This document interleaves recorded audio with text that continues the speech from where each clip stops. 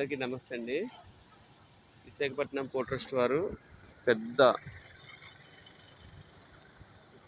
Crane సహాయంతో సముద్రంలో వేసినటువంటి చెత్త, కలుషిత పదార్థాలు వెలుపలికి తీస్తున్నారండి. ఇదంతా ఖర్చుతో కూడిన పని. పెద్ద టగ్గుతో వచ్చారు. దాని మీద ఈ క్రేన్ పెట్టి క్రేన్ సహాయంతో తీస్తున్నారు బయటికి. చూసారా, సముద్రంలో వేసినటువంటి చెత్తనంతా ఎలా బయటికి తీస్తున్నారో. ఇదంతా ఖర్చుతో కూడిన పని. ఈ డబ్బులు ఉండేటైతే ప్రభుత్వానికి డబ్బులు మిగిలితే ప్రజా సంక్షేమానికి ఉపయోగిస్తారు.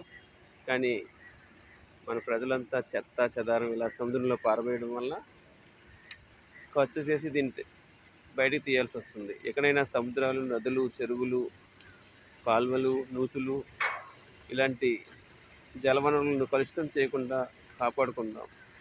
దేశం మీద మన ప్రేమను చాటుదాం. జై హింద్, జై శ్రీరామ్.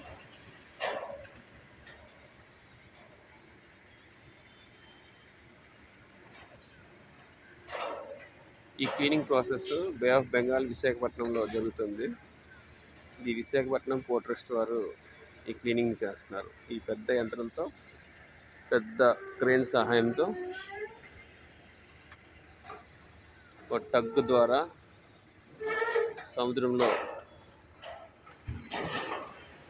చెత్తను తీస్తున్నారు బయట. Bye bye. This is Varanasi Ramesh signing of.